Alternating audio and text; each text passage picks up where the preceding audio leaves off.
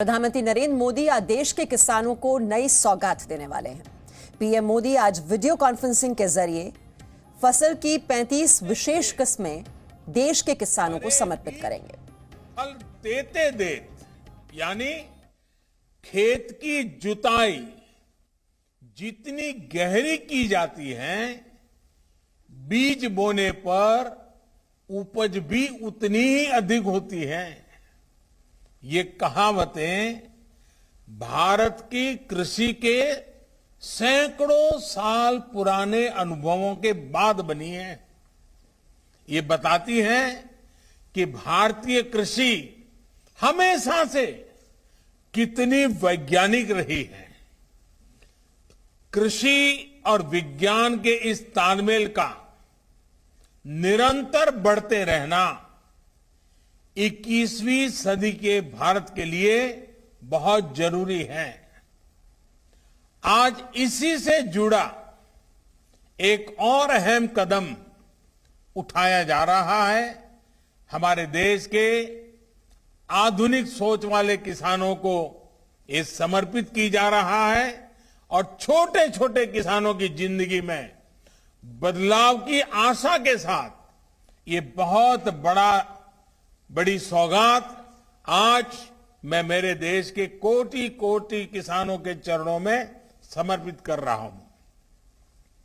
अलग अलग फसलों की 35 नई वैरायटीज आज जारी हुई हैं। आज रायपुर में national institute of biotic stress management का लोकार्पण भी हुआ है। 4 एग्रीकल्चर यूनिवर्सिटीज को ग्रीन कैंपस अवार्ड भी दिए गए हैं। मैं आप सभी को, देश के किसानों को, कृषि वैज्ञानिकों को बहुत बहुत बधाई देता हूं। साथियों, बीते 6-7 सालों में साइंस और टेक्नोलॉजी को खेती से जुड़ी चुनौतियों के समाधान के लिए प्राथमिकता के आधार पर उपयोग किया जा रहा है। विशेष रूप से बदलते हुए मौसम में नई परिस्थितियों के अनुकूल अधिक पोषण युक्त बीजों, इस पर हमारा फोकस बहुत अधिक है। हाल के वर्षों में अलग अलग फसलों की ऐसी 1300 से अधिक सीड वैरायटी, बीज की विविधताएं तैयार की गई हैं। इसी श्रृंखला में आज 35 और क्रॉप वैरायटीज देश के किसानों के चरणों में समर्पित की जा रही है। ये क्रॉप वैरायटीज, ये बीज जलवायु परिवर्तन के प्रभाव से खेती की सुरक्षा करने और कुपोषण मुक्त भारत के अभियान में बहुत सहायक होने वाला ये हमारे वैज्ञानिकों की खोज का परिणाम है। ये नई वैरायटीज मौसम की कई तरह की चुनौतियों से निपटने में सक्षम तो है ही, इनमें पौष्टिक तत्व भी ज्यादा है। इनमें से कुछ वैरायटी कम पानी वाले क्षेत्रों के लिए है, कुछ क्रॉप गंभीर रोगों से सुरक्षित है, कुछ जल्दी तैयार हो जाने वाली है, कुछ खारे पानी में भी हो सकती है। यानी देश की अलग अलग परिस्थितियों को ध्यान में रखते हुए इन्हें तैयार किया गया है। छत्तीसगढ़ के national institute of biotic stress management के तौर पर देश को एक नया वैज्ञानिक काम के लिए राष्ट्रीय संस्थान मिला है। ये संस्थान मौसम और अन्य परिस्थितियों के बदलाव से पैदा हुई चुनौतियां, बायोटिक स्ट्रेस, इससे निपटने में देश के प्रयासों को वैज्ञानिक मार्गदर्शन मिलेगा, वैज्ञानिक सहायताएं मिलेगी और वो बहुत बल देगा।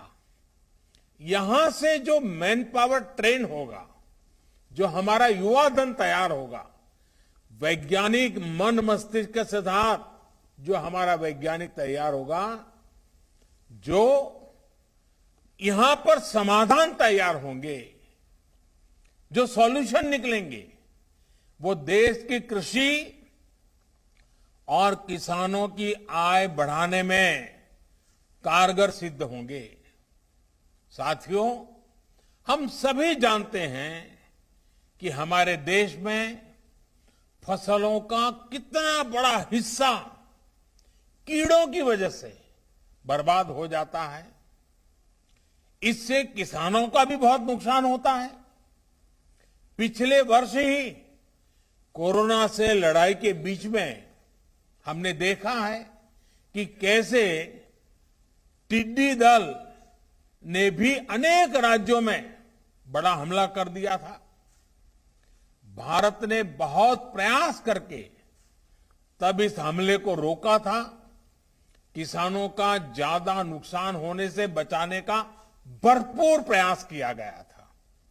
मैं समझता हूं कि इस नए संस्थान पर बहुत बड़ा दायित्व है और मुझे विश्वास है कि यहां काम करने वाले वैज्ञानिक देश की उम्मीदों पर खरा उतरेंगे।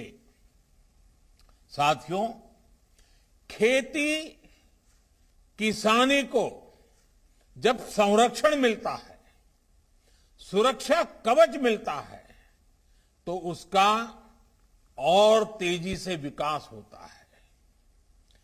किसानों की जमीन को सुरक्षा देने के लिए उन्हें अलग अलग चरणों में 11 करोड़ सॉइल हेल्थ कार्ड दिए गए हैं।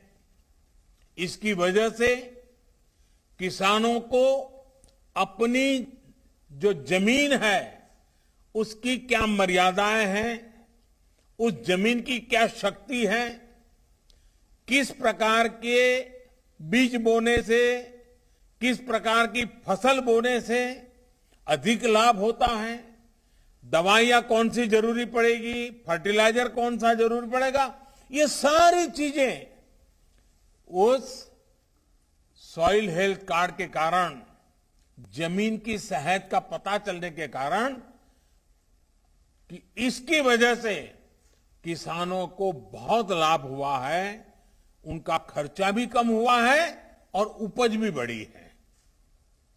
उसी प्रकार से यूरिया की 100% से 100% नीम कोटिंग करके हमने खाद को लेकर होने वाली चिंता को भी दूर किया।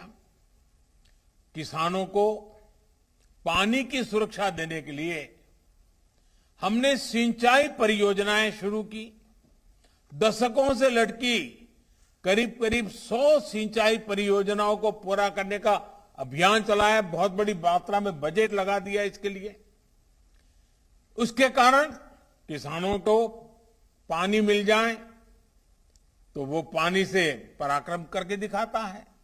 उसी प्रकार से पानी बचाने के लिए हमने माइक्रो इरिगेशन, स्प्रिंकलर, उन चीजों के लिए भी बड़ी आर्थिक मदद करके किसानों तक ये व्यवस्थाएं पहुंचाने का प्रयास किया। फसलों को रोगों से बचाने के लिए, ज्यादा उपज के लिए किसानों को नई नई वैरायटी के बीज दिए गए। किसान खेती के साथ साथ बिजली पैदा करे, अन्नदाता, ऊर्जा दाता भी बने, अपनी खुद की जरूरतें भी पूरी कर सके। इसके लिए पीएम कुसुम अभियान भी चलाया जा रहा है। लाखों किसानों को सोलर पंप भी दिए गए हैं। उसी प्रकार से आज तो मौसम के विषय में तो हमेशा दुनिया भर में चिंता का विषय बना हुआ है।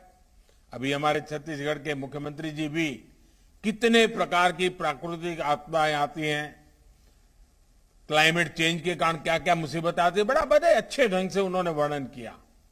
अब आप जानते हैं ओलावृष्टि और मौसम की मार से किसानों को सुरक्षा देने के लिए हमने कई चीजों में परिवर्तन किए। पहले के सारे नियमों में बदलाव लाए ताकि किसान को सर्वाधिक लाभ हो, इस नुकसान के समय उसको दिक्कत न आए, ये सारे परिवर्तन किए। पीएम फसल बीमा योजना, इससे भी किसानों को बहुत लाभ हो और सुरक्षा मिले, इसकी चिंता की। इस परिवर्तन के बाद किसानों को करीब करीब ये जो प्रधानमंत्री फसल बीमा योजना में जो परिवर्तन लाए, उसके कारण किसानों को करीब करीब 1 लाख करोड़ रुपए की क्लेम राशि का भुगतान किया गया है। ये 1 लाख करोड़ रुपया इस संकट की घड़ी में किसान के जेब में गया है। साथियों, एमएसपी में बढ़ोतरी के साथ साथ हमने खरीद प्रक्रिया में भी सुधार किया ताकि अधिक से अधिक किसानों को इसका लाभ मिल सके। रबी सीजन में 430 लाख मैट्रिक टन से ज्यादा गेहूं खरीदा गया। इसके लिए किसानों को 85,000 करोड़ से अधिक का भुगतान किया गया है। कोविड के दौरान गेहूं खरीद केंद्रों की संख्या 3 गुना तक बढ़ाई है। साथ ही दलहन, तिलहन, इन खरीद केंद्रों की संख्या भी 3 गुना बढ़ाई गई है। किसानों की छोटी छोटी जरूरतों को पूरा करने के लिए किसान सम्मान निधि के तहत 11 करोड़ से अधिक हमारे हर किसान को, और उसमें ज्यादातर छोटे किसान हैं, 10 में से 8 किसान हमारे देश में छोटे किसान हैं, बहुत छोटे छोटे जमीन के टुकड़े पर पल रहे हैं। ऐसे किसानों को करीब करीब 1.5 लाख करोड़ से भी ज्यादा रुपए सीधे उनके बैंक अकाउंट के पास भेजे गए हैं। इसमें से 1 लाख करोड़ रुपए से अधिक राशि तो इसी कोरोना काल में भेजी गई है। किसानों को टेक्नोलॉजी से जोड़ने के लिए हमने उन्हें बैंकों से मदद की और उस मदद की पूरी प्रक्रिया को बहुत आसान बनाया गया है। आज किसानों को और बेहतर तरीके से मौसम की जानकारी मिल रही है।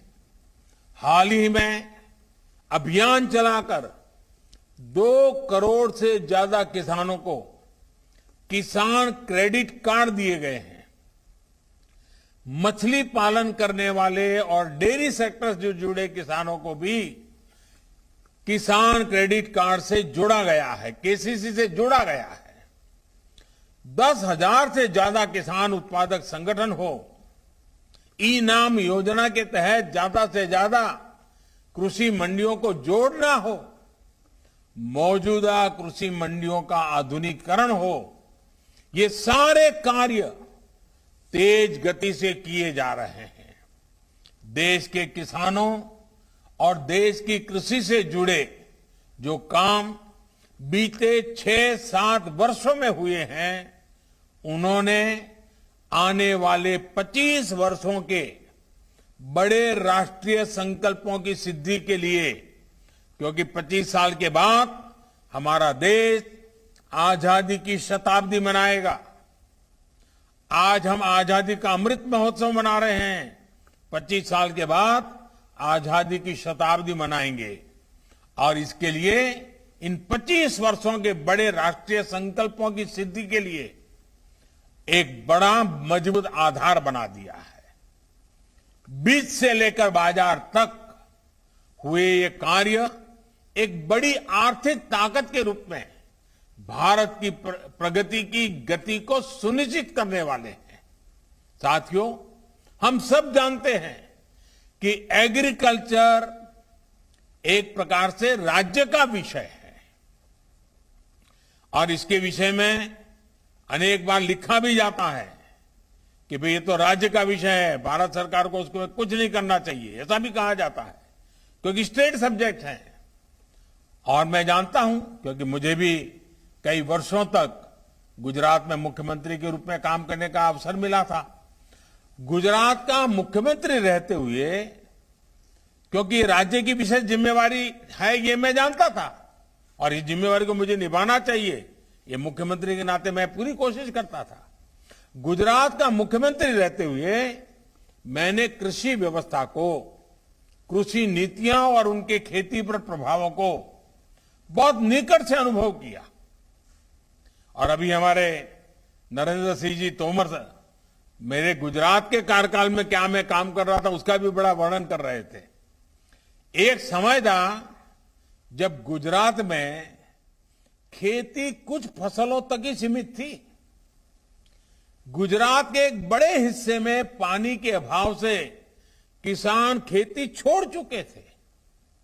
उस समय एक ही मंत्र को लेकर के हम चले, किसानों को साथ लेकर के चले और मंत्र था स्थिति बदलनी चाहिए, हम मिलकर स्थितियां जरूर बदलेंगे।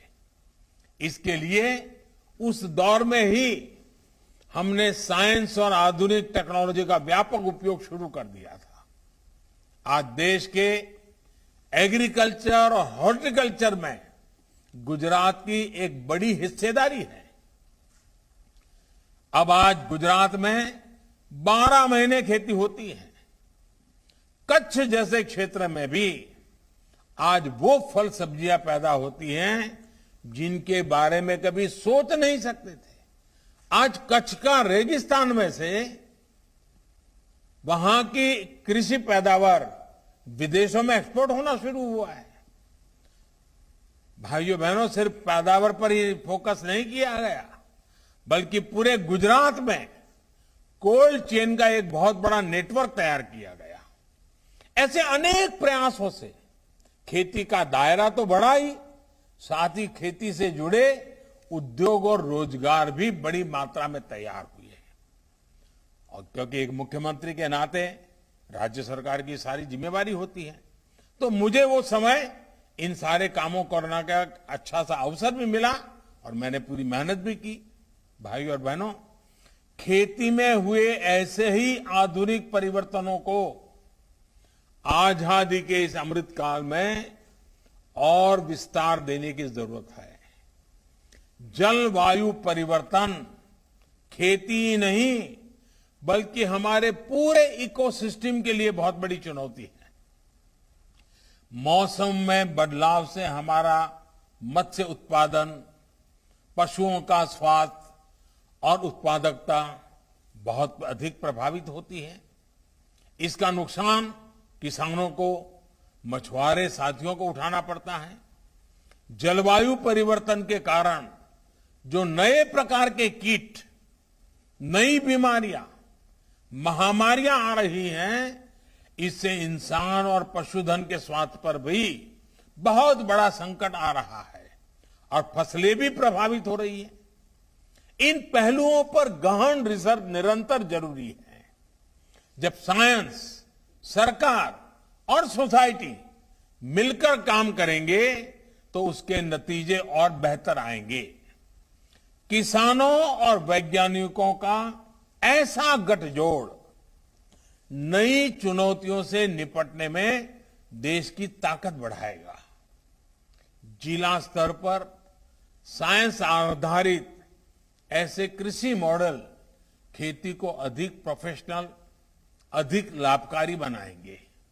आज जलवायु परिवर्तन से बचाव करने वाली तकनीक और प्रक्रियाओं को प्रोत्साहित करने के लिए जो अभियान आज लॉन्च किया गया है, उसके मूल में भी यही भावना है।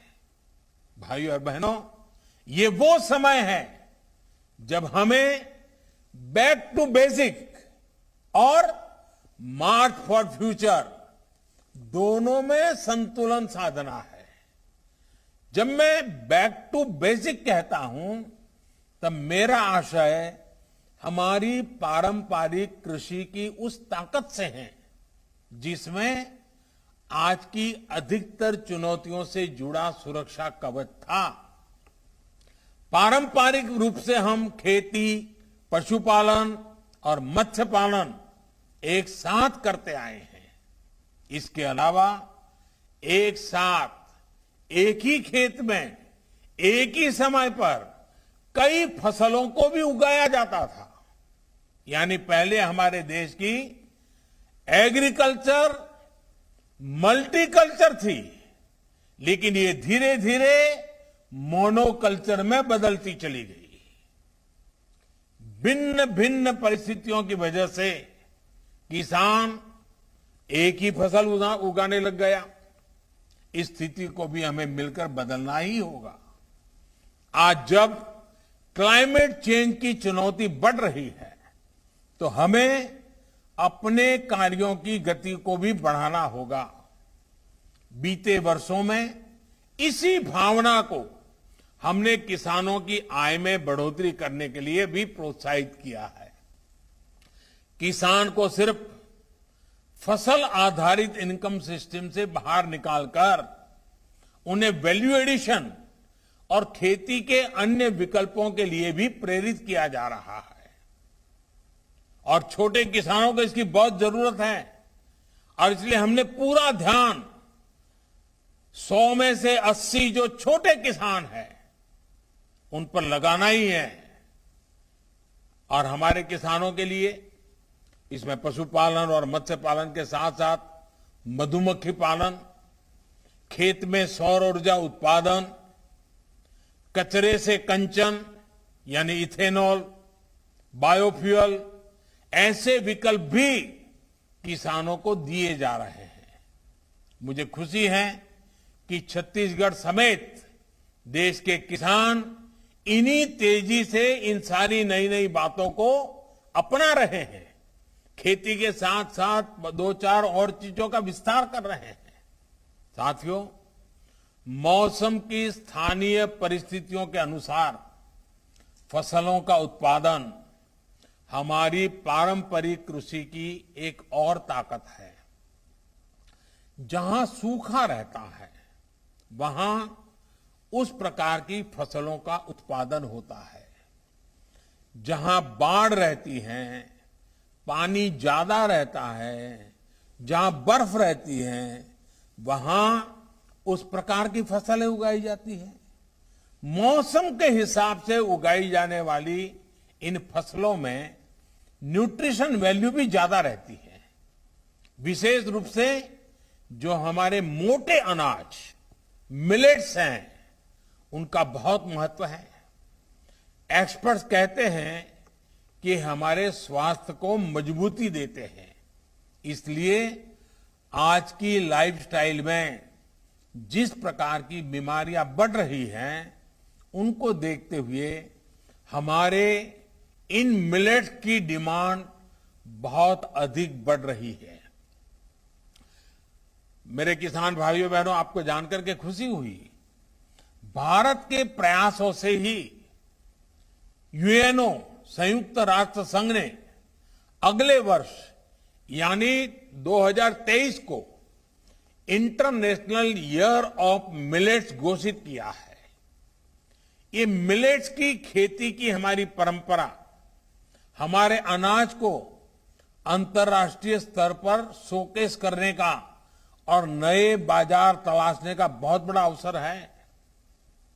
लेकिन इसके लिए अभी से काम करना पड़ेगा। आज इस अवसर पर मैं देश के सभी सामाजिक स्वैच्छिक संगठनों से कहूंगा कि मिलेट से जुड़े फूड फेस्टिवल लगाएं।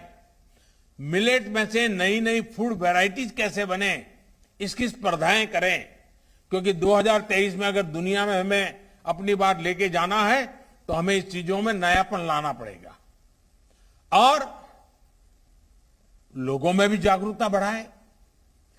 मिलेट से जुड़ी नई वेबसाइट भी बनाई जा सकती है। लोग आए, मिलेट से क्या क्या बन सकता है, क्या कैसे बन सकता है, क्या फायदा हो सकता है, एक जागरूकता का अभियान चल सकता है। मैं मानता हूं कि इसके फायदे क्या होते हैं, इससे जुड़ी रोचक जानकारी हम इस वेबसाइट पर रख सकते हैं ताकि लोग उसके साथ जुड़ सकते हैं।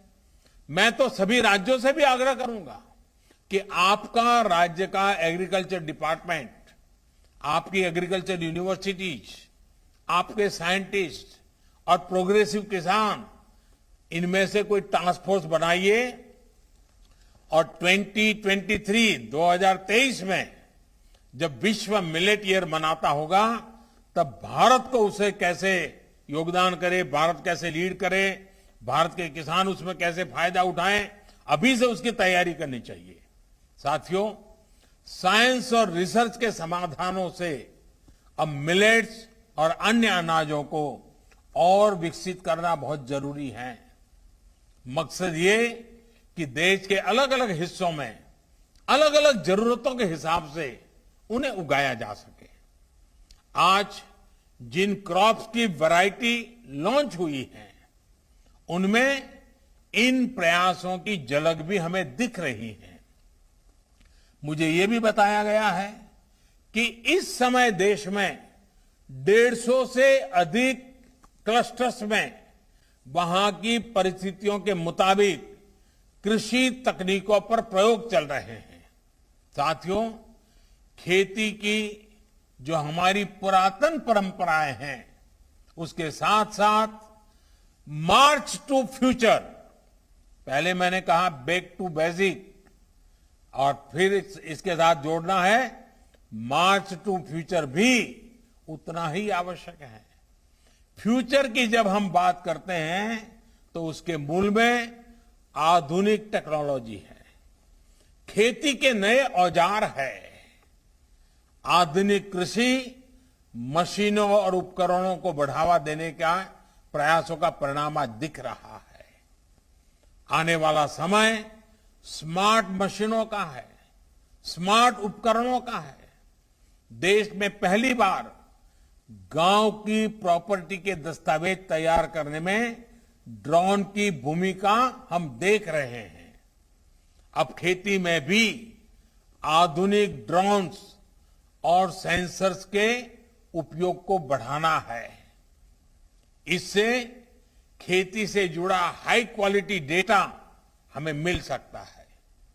ये खेती की चुनौतियों से जुड़े रियल टाइम समाधान तैयार करने में भी मदद करेगा। हाल में लागू की गई नई ड्रोन नीति इसमें और सहायक सिद्ध होने वाली है। साथियों, बीज से बाजार लेकर के बाजार तक, ये बीज से बाजार तक का जो पूरा इकोसिस्टम है, देश उसे जो तैयार कर रहा है उसे हमें लगातार आधुनिक बनाते रहना है। इसमें आर्टिफिशियल इंटेलिजेंस, डेटा एनालिटिक्स और ब्लॉकचेन टेक्नोलॉजी डिमांड और सप्लाई, इससे जुड़ी चुनौतियों को दूर करने में बहुत मदद कर सकती है। हमें ऐसे इनोवेशंस, ऐसे स्टार्टअप्स को प्रमोट करना है जो इन तकनीकों को गांव-गांव तक पहुंचा सके। देश का हर किसान, विशेष रूप से छोटा किसान, इन नए उपकरणों, नई टेक्नोलॉजी का उपयोग करेगा तो कृषि सेक्टर में बड़े परिवर्तन आएंगे। किसानों को कम दाम में आधुनिक टेक्नोलॉजी उपलब्ध कराने वाले स्टार्टअप्स के लिए भी ये बेहतरीन अवसर है। मैं देश के युवाओं से इस अवसर का लाभ उठाने का आग्रह करूंगा। साथियों, आजादी के इस अमृत काल में हमें कृषि से जुड़े आधुनिक विज्ञान को गांव-गांव, घर-घर तक पहुंचाना है। नई राष्ट्रीय शिक्षा नीति में इसके लिए कुछ बड़े कदम उठाए गए हैं। हमें अब कोशिश करनी है कि मिडिल स्कूल लेवल तक कृषि से जुड़ी रिसर्च और टेक्नोलॉजी हमारे स्कूली पाठ्यक्रम का भी हिस्सा बने। स्कूलों के स्तर पर ही हमारे विद्यार्थियों के पास ये विकल्प हो कि वो कृषि को कैरियर के रूप में चुनने के लिए खुद को तैयार कर सके। साथियों, आज जो अभियान हमने शुरू किया है, इसको जन आंदोलन में बदलने के लिए हम सभी को अपनी भागीदारी सुनिश्चित करनी है। देश को कुपोषण से मुक्ति देने के लिए जो अभियान चल रहा है, राष्ट्रीय पोषण मिशन को भी ये अभियान सशक्त करेगा। अब तो सरकार ने यह भी फैसला लिया है कि सरकारी योजना के तहत गरीबों को स्कूलों में बच्चों को फोर्टिफाइड चावल ही दिया जाएगा। हाल में ही मैंने अपने ओलंपिक चैंपियन से कुपोषण को लेकर जागरूकता बढ़ाने के लिए हर एक खिलाड़ी से मैंने आग्रह किया था कि आप कम से कम आने वाले 1-2 साल में कम से कम 75 स्कूलों में जाने का आग्रह रखें। वहां विद्यार्थियों से पोषण के संबंध में बातें करें, खेलकूद के संबंध में बातें करें, फिजिकल एक्सरसाइज के संबंध में बातें करें। आज मैं सभी शिक्षाविदों, सभी कृषि वैज्ञानिकों, सभी संस्थानों को कहूंगा कि आप भी आजादी के अमृत महोत्सव के लिए अपने लक्ष्य तय करें।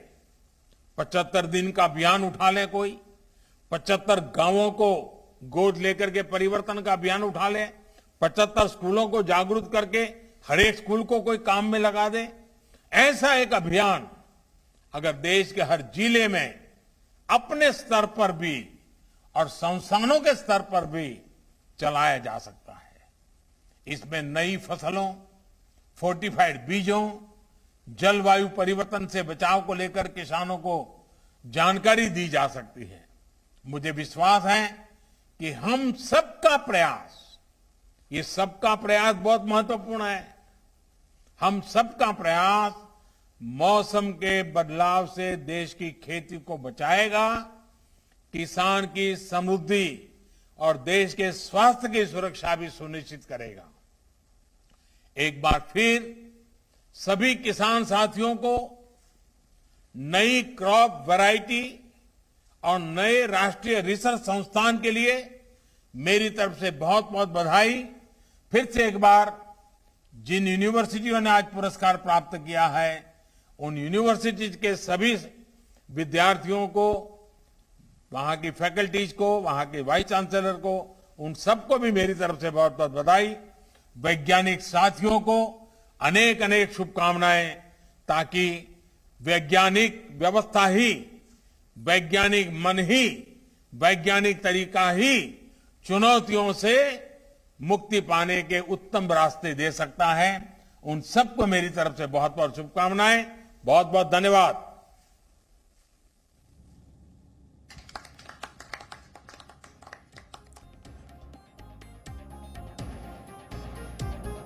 कृषि मंडियों का आधुनिकीकरण पर जोर दिया जा रहा है। किसानों की जरूरत पूरा करना हमारी प्राथमिकता है और ये 35 नई फसलों की वैरायटी जिनको समर्पित किया है आज प्रधानमंत्री नरेंद्र मोदी ने। अगले 25 साल के हिसाब से पिछले 6 साल में फैसले ले लिए गए। किसानों की बेहतरी के लिए बहुत से कदम उठाए जा रहे हैं, चाहे वो कृषि मंडियों की बात हो और ये जो नई फसलें जो विकसित की गई हैं, जो कि आज समर्पित की हैं प्रधानमंत्री नरेंद्र मोदी ने देश के किसानों को, वो जलवायु परिवर्तन की जो चुनौती है उससे निपटने में बहुत ही मददगार होंगी और किसानों की आय में इनके जरिए इजाफा होगा। Presenting B News app available on Google Play and App Store. Download it now.